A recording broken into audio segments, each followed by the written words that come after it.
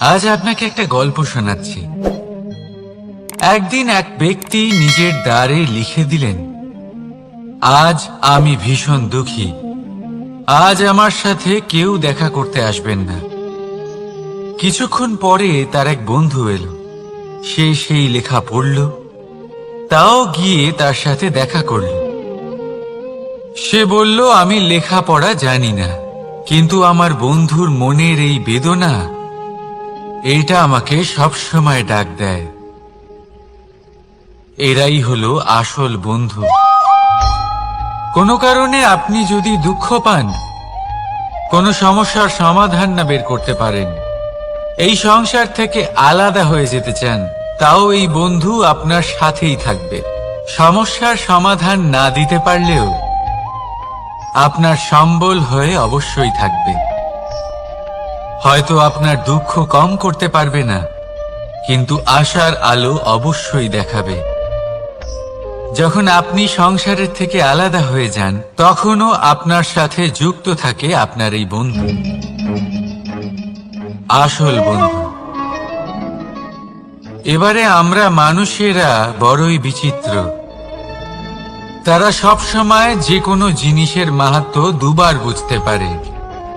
এক, তা পাওয়ার আগে। দুই, তা হারাবার পরে। এবারে ঠিক এরকমই আমাদের বন্ধুরাও হয়। যদি আজ আপনার বন্ধুরা আপনার সাথে থাকে, তাদের প্রতি কৃতজ্ঞ থাকুন, তাদের প্রসন্ন রাখুন, তাদের মাহাত্ম্য বুঝুন। কারণ একবার আপনি এদের হারালে, অনুতাপ করলেও আর এদের ফেরত পাবেন না।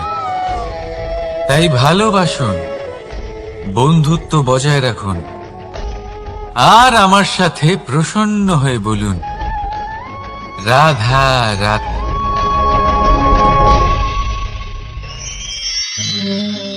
আমাদের মধ্যে বহু মানুষ মাঝে মাঝে নিজেকে অকর্মণ্য মনে করি। ভেবে নিই যে এত চেষ্টা করার পরেও কিছুই পেলাম না, আর হয়তো পরেও কিছুই পাব না। আর সেই জন্য নিজের জীবনের সমস্ত বোঝা অন্য কারোর কাঁধে চাপিয়ে দিই, নিজের ওপরে বিশ্বাস হারিয়ে ফেলি। কেন বুঝতে পারেন না এই কথাটা? যে যতক্ষণ না পায়ে কোনো কাঁটা ফুটবে, ব্যক্তি কি করে বুঝতে পারবে যে এরপর থেকে নিচে তাকিয়ে চলতে হবে? সূর্যকে নিজে জ্বলতে হয় যাতে বাকিদের প্রকাশ দিতে পারে সে।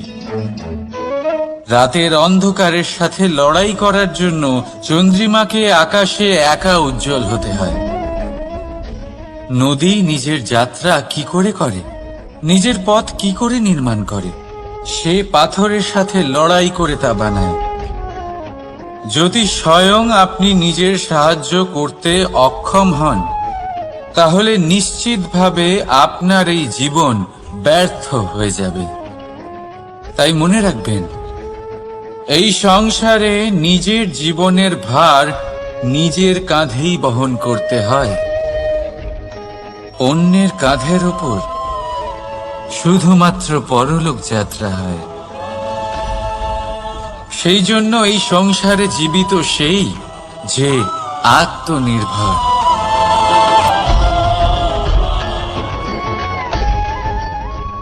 রাধা রাধা।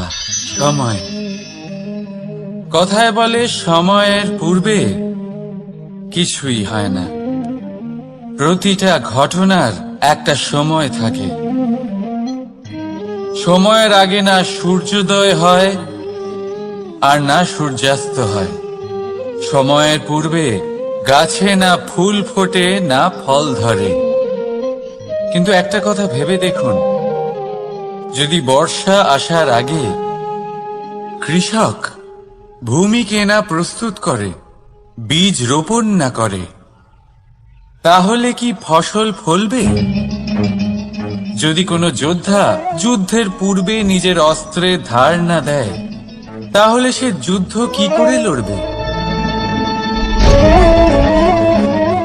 এর মানে এটাই হলো যে সময় আপনার যখন আসার তখন অবশ্যই আসবে, কিন্তু ততক্ষণ এটাও গুরুত্বপূর্ণ যে আপনি নিজেকে তার জন্য তৈরি রাখুন।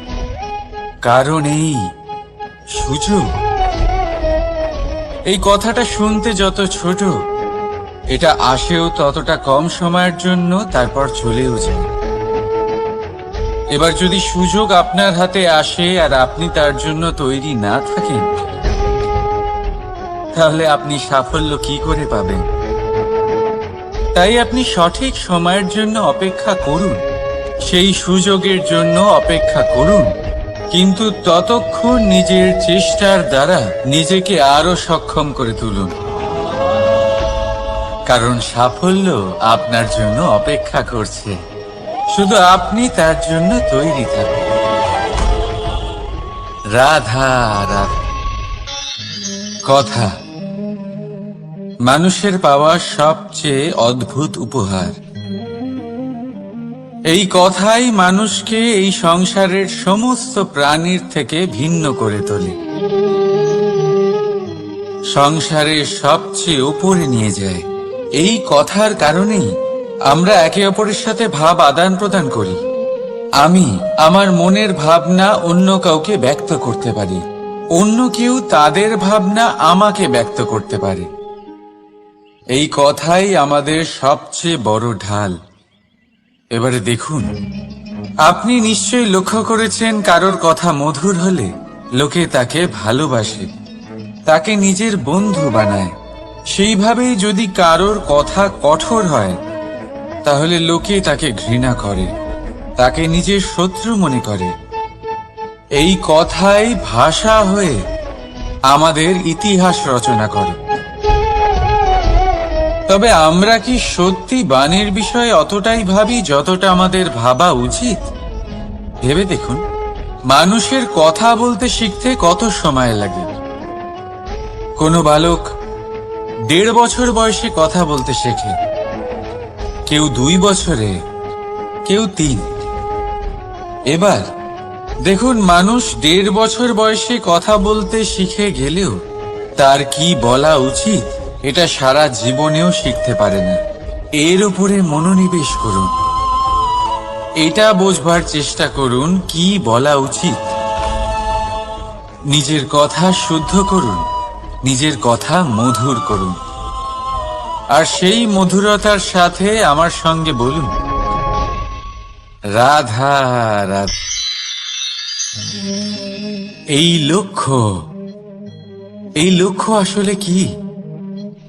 এই লক্ষ্য তাই যা আমরা পেতে চাই। এই সংসারে সুখী কে হয়? সুখী সেই যে তার লক্ষ্য পেয়ে গেছে। দুঃখী কে হয়? দুঃখী সেই যে তার লক্ষ্য এখনো পায়নি। এবারে প্রশ্ন এখন এটাই যে লক্ষ্য সবাই পেতে চায়, লক্ষ্য পাওয়ার জন্য সবাই প্রাণপণ চেষ্টাও করে, তাহলে সবাই তাদের লক্ষ্যে পৌঁছতে পারে না কেন? ঠিক আছে, কোথাও না কোথাও কিছু না কিছু কমতি থেকেই যায়, যাই বাধা থাক। আজকে আমি আপনাকে একটা উপায় বলবো এই লক্ষ্য পাওয়ার জন্য। একটা কাগজ নিন, তাতে একটা চিহ্ন বানান, সেটাই হবে আপনার লক্ষ্য। এবারে সেই লক্ষ্যে পৌঁছানোর একটা পথ বানান। এবারে এই যাত্রাকে ভিন্ন ভিন্ন ভাগে বিভাজন করে দিন। এবারে এটা হলো আপনার পরিকল্পনা। এবার এই পরিকল্পনা ক্রমানুসারে আপনি পালন করতে থাকুন, এইটাই হবে আপনার চেষ্টা।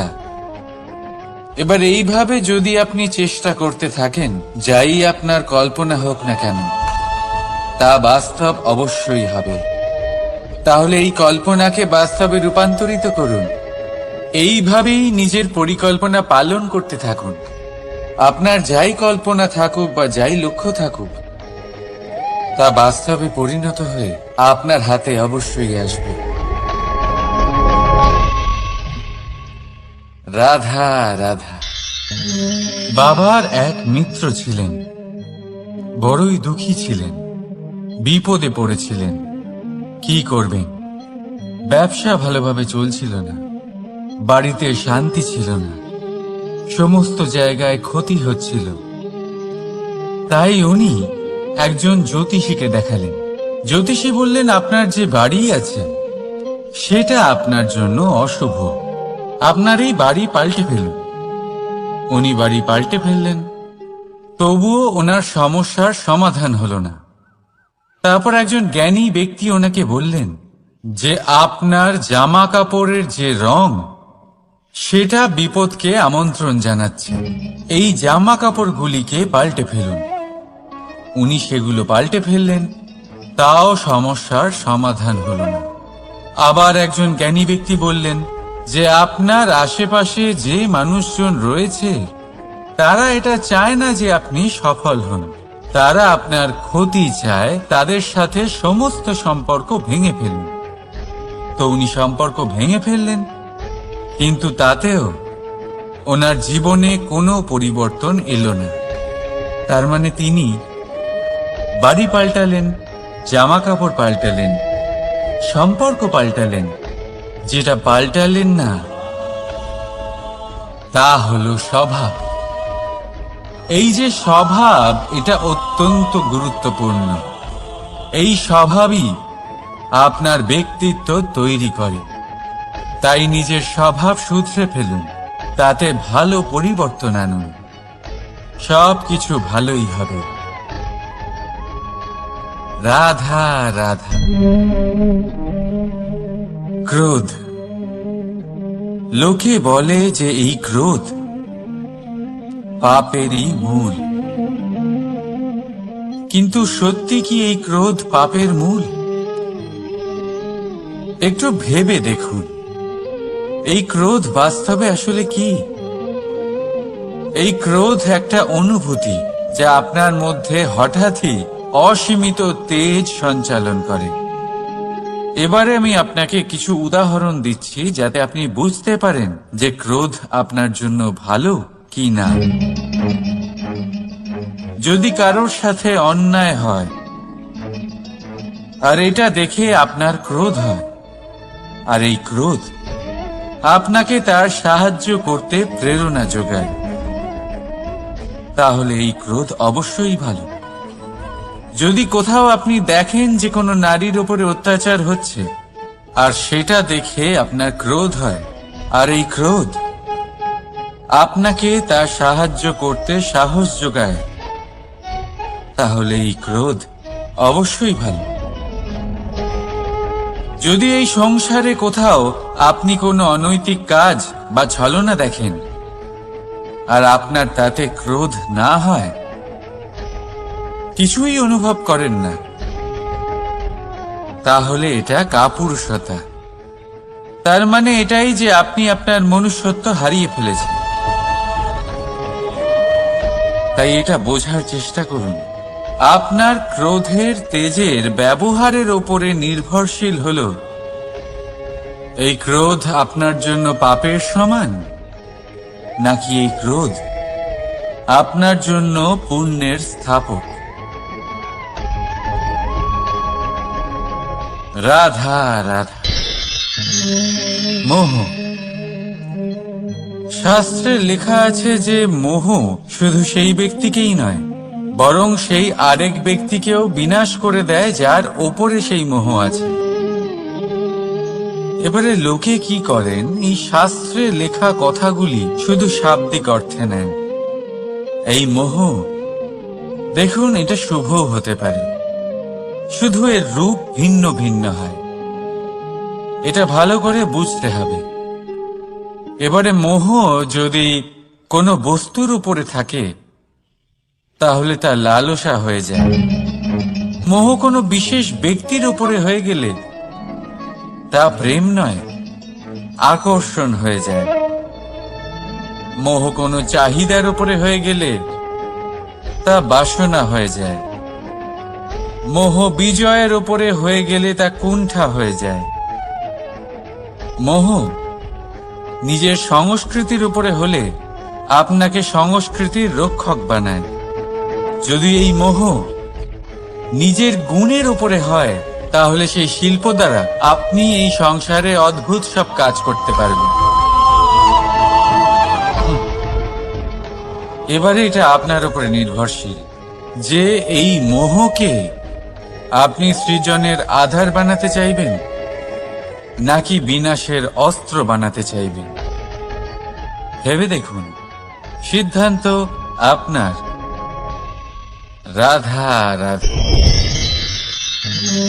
অভিমান, আত্মসম্মান, অহংকার, দেখতে গেলে এই তিনটি শব্দ ভিন্ন ভিন্ন, কিন্তু এর মূল আধার একই, আত্মসম্মান। এবার যদি কথা বলি আপনার শরীরের, আপনার সংস্কৃতির, আপনার সম্পর্কে, তাহলে অভিমান থাকা স্বাভাবিক। এবার যদি কথা বলি আপনার ব্যক্তিত্ব নিয়ে, আপনার আদর্শ নিয়ে, আপনার বিচারধারা নিয়ে, তাহলে আত্মসম্মান হলো একটা গুণ। যদি এইভাবে বলা হয় যে আমি এই কার্য কারোর সাহায্য ছাড়া, সহযোগিতা ছাড়াও করতে পারি, তাহলে এটা আত্মসম্মান, আর এটা সঠিক।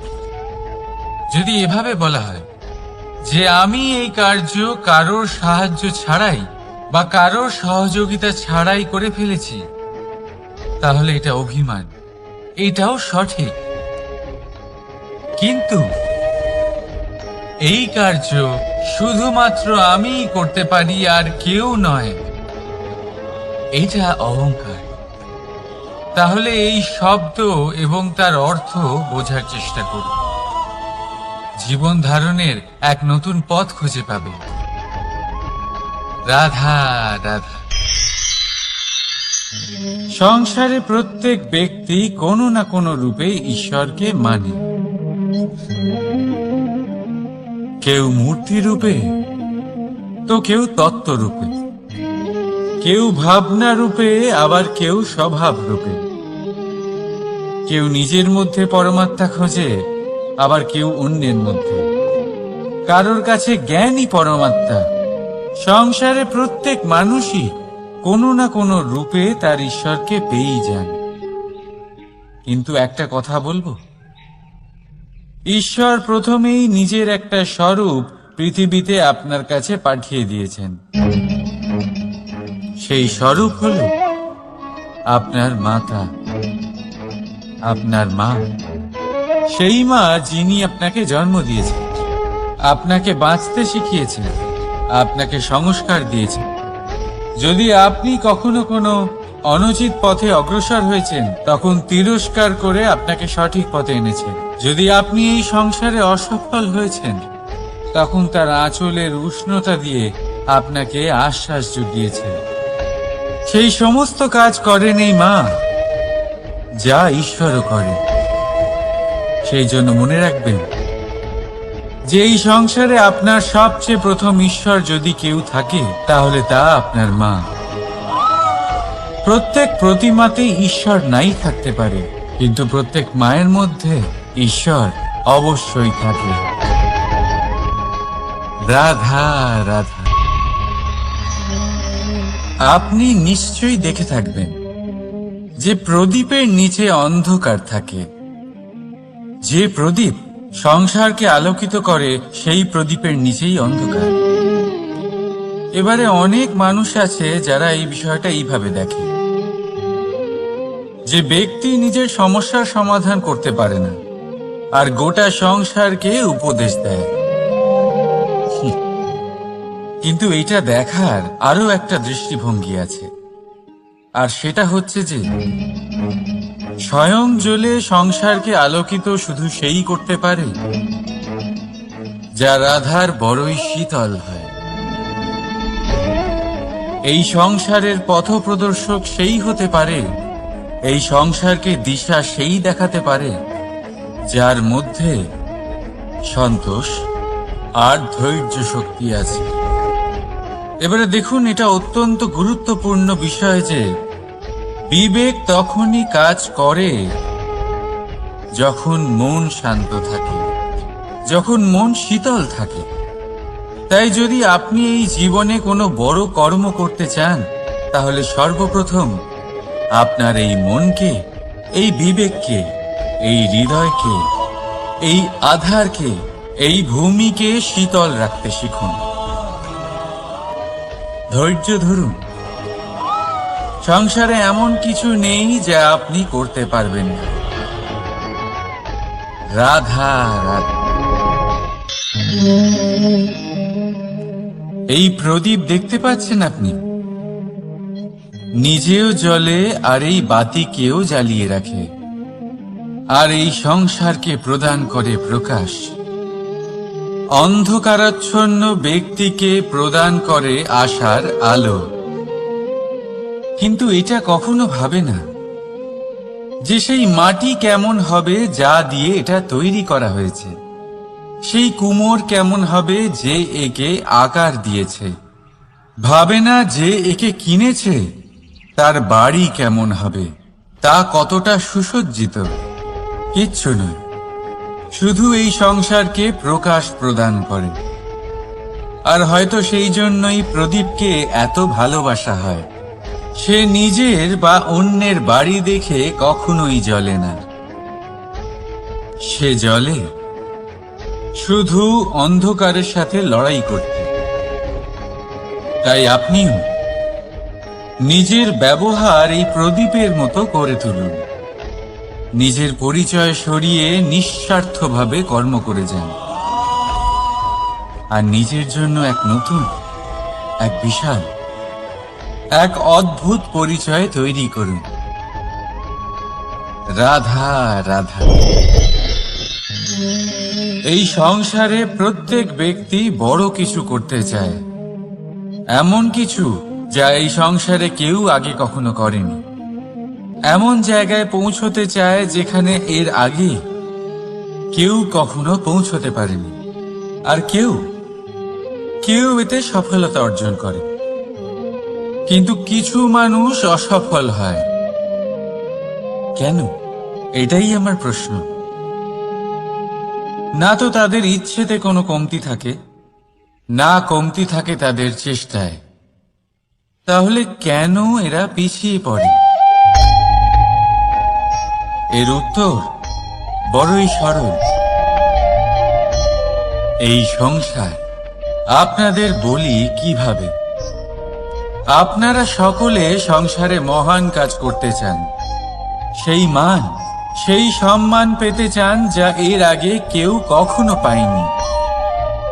কিন্তু আপনার সমস্যা এটাও যে এই কাজে সংসার আপনার সাথে থাকছে না। বড়ই অদ্ভুত ব্যাপার। দেখুন, ভুলে যান গোটা সংসারকে। জীবনে একা একা এগিয়ে চলুন। গঙ্গোত্রী থেকে যখন একটি জলের ফোঁটা বেরোয়, তখন সেটা শুধু এক বিন্দু জল। তারপরে যখন সে তার যাত্রা শুরু করে অন্য জলের ফোঁটার সাথে মিশে, তখন সে স্রোতে পরিণত হয়, গঙ্গাতে পরিণত হয়।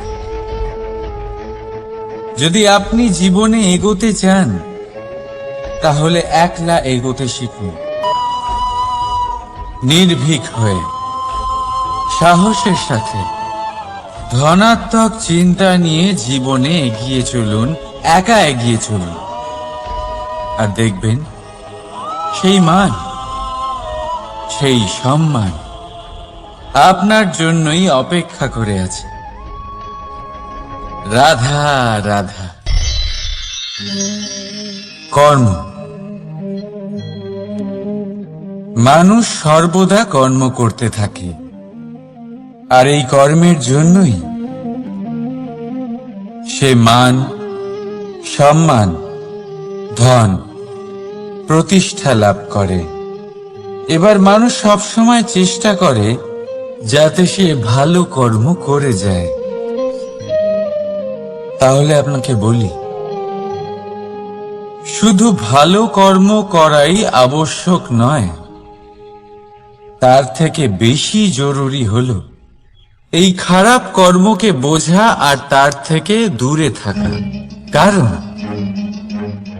যখনই আপনি কোনো সঠিক কাজ করেন বা ভালো কাজ করেন, কেউ তা মনে রাখে না।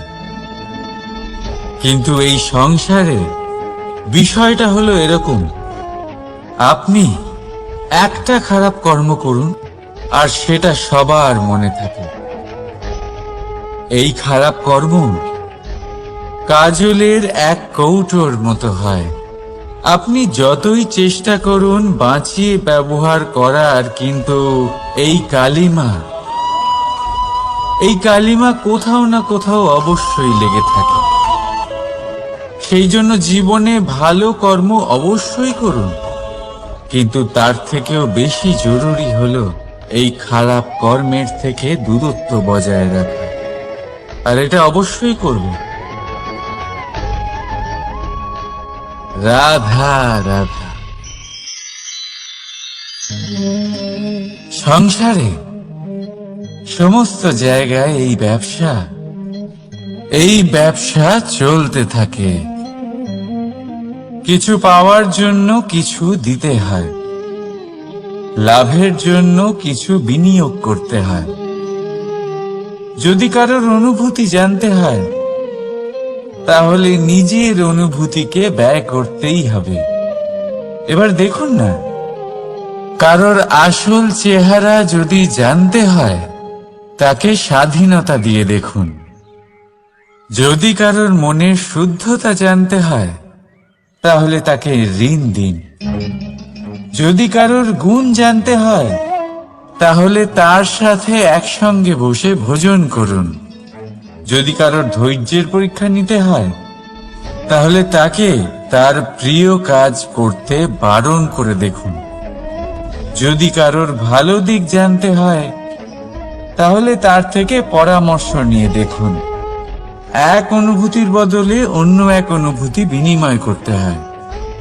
কিন্তু এই সংসারে একটাই এমন অনুভূতি আছে, যেটা দেখার জন্য, যেটা পাওয়ার জন্য আপনাকেও ঠিক সেই অনুভূতিটাই দিতে হবে। আর সেটা হলো প্রেম। যদি কারোর ভালোবাসা দেখতে হয়, তাহলে তাকে নিঃস্বার্থ ভালোবাসা দিন। যদি কারোর থেকে ভালোবাসা পেতে চান, তাহলে তাকে নিঃস্বার্থ পরিশুদ্ধ ভালোবাসা দিন। রাধা রাধা। কথায় আছে, সময়ের পূর্বে আর ভাগ্যের বেশি কেউ কিছুই পায় না। এবার এর মানে কি এটাই যে আপনি শুধুমাত্র সময়ের অপেক্ষা করবেন, সবকিছু নিজের ভাগ্যের উপর আর কপালের উপরে ছেড়ে দেবেন, নিজে কিছুই করবেন না? যদি আপনি এরকম করেন, তাহলে আপনি একটা বস্তু অবশ্যই পাবেন: নিরাশা, অসফলতা। এবারে আপনি বলবেন, যদি সবকিছুই ভাগ্য আর সময়ের উপরে নির্ভরশীল হয়, তাহলে আমরা কি বা করতে পারি? করতে পারেন চেষ্টা, পরিশ্রম। এই চেষ্টাই আপনার জীবনে সেই সময়কে আপনার কাছে টেনে নিয়ে আসে, সেই সময়ে যার অপেক্ষা আপনি করছেন। আর এই ভাগ্য তার সামনেই নত হয় যে সর্বদা পরিশ্রম করতে থাকে। রাধা রাধা। এই পদ্ম ফুল দেখতে পাচ্ছেন? এর অভ্যেস হলো জলস্তরের ওপরে ভাসা।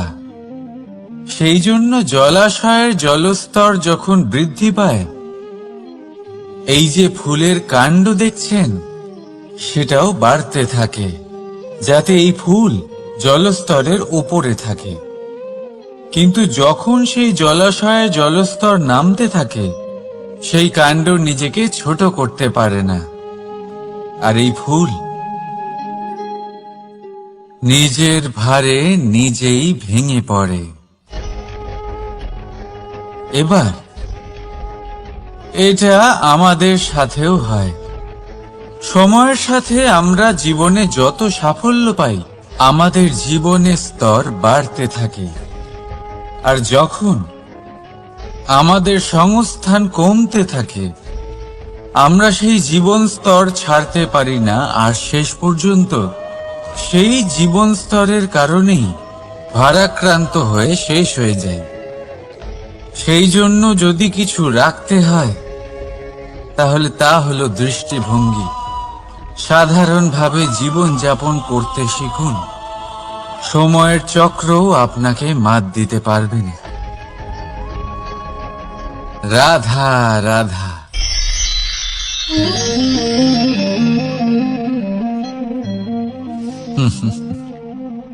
সময়, এই সময় না কোনো ব্যক্তি, না জীব, না বস্তু, তাও সময় জীবিত থাকে।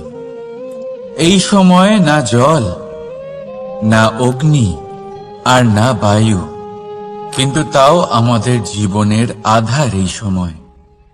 দেখতে গেলে মানুষ এই সময়ের হাতের খেলনা।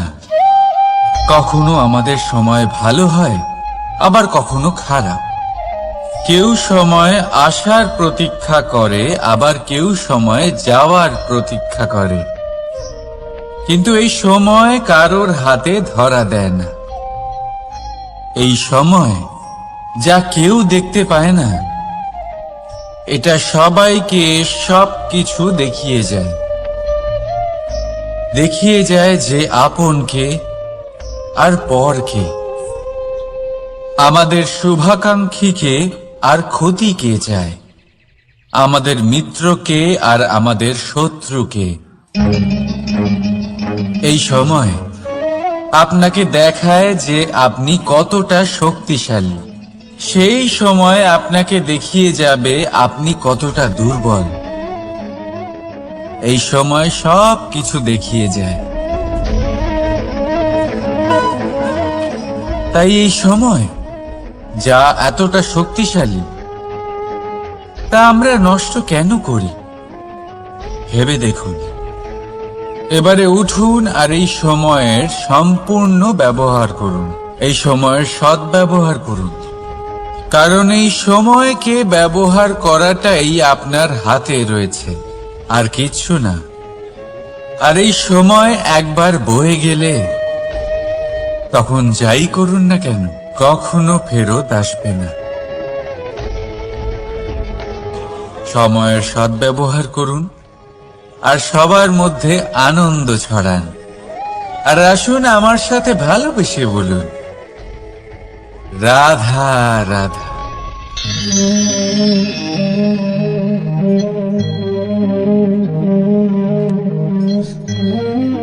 এই জল দেখতে পাচ্ছেন আপনি? এটা ঘোলা জল। এতে ময়লা মিশে আছে। কিন্তু যদি আপনি এটা কিছুক্ষণ এমনি ফেলে রাখেন, তাহলে দেখবেন এই ময়লা আপনা থেকেই নিচে থিতিয়ে পড়বে। কিন্তু এই পাত্রটা নাড়াতে থাকলে এমনটা হবে না। শান্ত ছেড়ে দেবেন, তবেই এই ময়লা নিজেই নিচে চলে যাবে।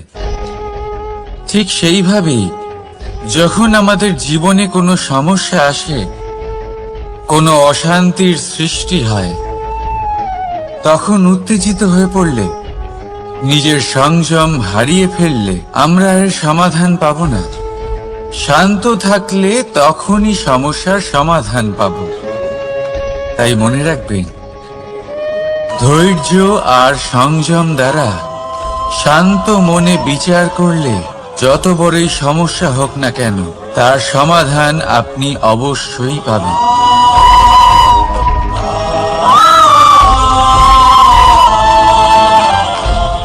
কারণ অশান্তির সমাধান শুধুমাত্র শান্তি।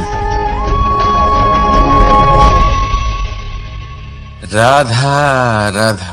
প্রজাপতি আকাশে উড়ে বেড়ায় সে, সুন্দর ফুলের রস আস্বাদন করে, উন্মুক্ত উড়ে বেড়ায়, কিন্তু তারও বিপদ কম কিছু নেই। যেমন হলো পতঙ্গ, জন্তু এই প্রজাপতিকে নিজের আহার করে নেয়। তাকে এদের থেকে সাবধানে থাকতে হয়। সত্য হলো এটাই যে এই প্রজাপতি ততদিনই সুরক্ষিত থাকে যতদিন এদের পাখনা বৃদ্ধি পায় না। যখন এরা এদের খোলসের মধ্যে থাকে, যখন না কারো দৃষ্টি এদের উপর পড়ে, আর না কোনো শত্রু এদের আঘাত করতে পারে, কিন্তু তখন তারা বন্ধ থাকে, অবিচল নিশ্চল থাকে। এই সুন্দর সংসার দেখার জন্য, এই সুন্দর আকাশ পাওয়ার জন্য তাকে তার সুরক্ষা ক্ষেত্র থেকে বাইরে বেরিয়ে আসতেই হয়। আর এটাই জীবনের নিয়ম। মানুষের সাথেও ঠিক এরকমই হয়। যদি মানুষ বিশ্রাম আর সুরক্ষা এদের বন্ধন থেকে না বেরোয়, তাহলে সে জীবিত অবশ্যই থাকবে, কিন্তু জীবন ধারণ করতে পারবে না। কারণ যদি জীবনে বড় কিছু করতে হয়, বড় কোনো কিছু পেতে হয়, সাফল্যের শিখর অবধি পৌঁছতে হয়, তাহলে সর্বপ্রথম আপনাকে নিজের সুরক্ষা ক্ষেত্র থেকে বেরিয়ে আসতেই হবে। এই আরামকে ত্যাগ করতেই হবে। তবেই আপনি সফল হতে পারবেন। তবেই আপনি এই প্রজাপতির মতো আকাশে উড়ে বেড়াতে পারবেন।